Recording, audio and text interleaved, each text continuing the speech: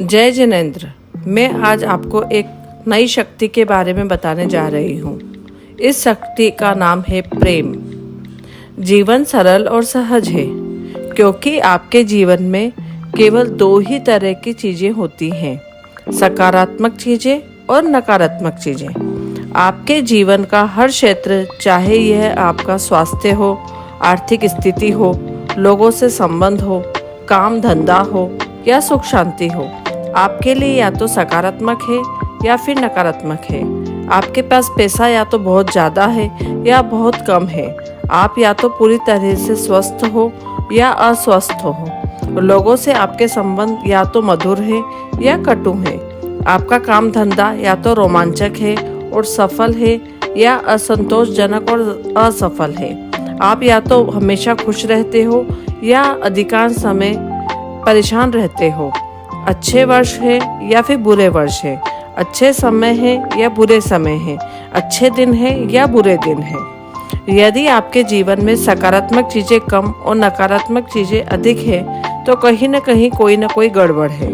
और आपको यह बात मालूम होती है जब आप सुखी लोगों को मनचाही चीज़ों से भरे बेहतरीन जीवन का आनंद लेते देखते हैं तो आपके मन में विचार आता है कि आपको भी ऐसा ही जीवन जीने का हक है।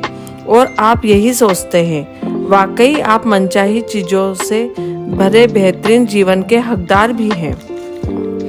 बेहतरीन जीवन जीने के अधिकांश लोगों को यह मालूम नहीं होता है कि इसे पाने के लिए उन्होंने क्या किया है, लेकिन उन्होंने कुछ तो किया था। सच तो यह है कि उन्होंने उस शक्ति का इस्तेमाल किया था जिसकी वजह से जीवन में हर चीज़ें अच्छी मिलती हैं। इस नियम का कोई अपवाद नहीं है। जिस भी व्यक्ति का जीवन बेहतरीन है उसने इसे हासिल करने के लिए प्रेम की शक्ति का इस्तेमाल किया था। प्रेम ही वह शक्ति है जिसकी वजह से आपको जीवन की सभी सकारात्मक और अच्छी चीज़ें मिलती हैं। मानव जाति की शुरुआत से ही प्रेम के बारे में बहुत कुछ लिखा और कहा गया है। हर धर्म ने प्रेम को ऊंचा दर्जा दिया है।